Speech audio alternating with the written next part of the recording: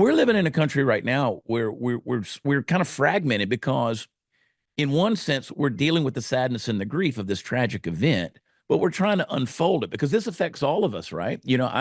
I look at I had a friend of mine who texted me this morning. Well, Sarah Gonzalez from the Blaze, my very dear friend Sarah Gonzalez. She texted she's going to Washington D.C.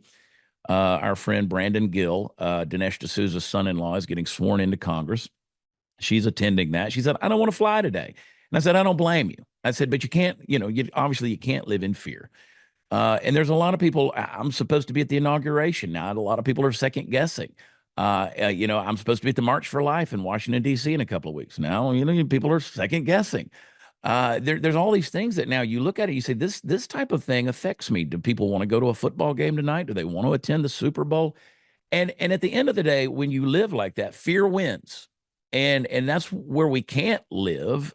We can't exist in that place. And I think our country is dealing with a lot of things where we're trying to find the truth. We're trying to figure out what in the world's going on, who's in control, who's pushing the buttons, who's pulling the strings.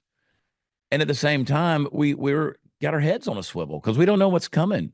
If I go into a restaurant, am I safe to sit with my back to the door? No. If I'm at a parade, if I'm taking my kids to a park, I mean, where are we at in this country? What's going on? And so, that's kind of the 30,000-foot view that I take at this stage in the game of saying, who do we trust anymore? That people can't trust our institutions anymore. We can't trust the media, as we've discussed. Our court system is corrupt. We saw that in the lawfare against Trump and many other things. Our educational system is gotten brainwashed and corrupt. Our federal governments, our state governments, all of these things, we don't know who to trust. And the list goes on and on and on.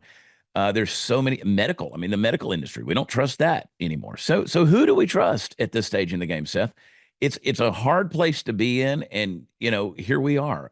We're not good at being dictated to as Americans. We still have an independent spirit, so that we're not just going to trust somebody who's going to come out and give us a watertight answer and believe that that's the truth. It's crazy, and you're right. I've talked to a lot of people that are special forces, former special forces, people that have engaged and been a part of government things. And man, this whole thing yesterday is very, very fishy, but everything that's happened uh, the last however many 30 years have been very fishy. So where do we go with this stuff, Seth? Obviously we don't live in fear, but where do we go with it?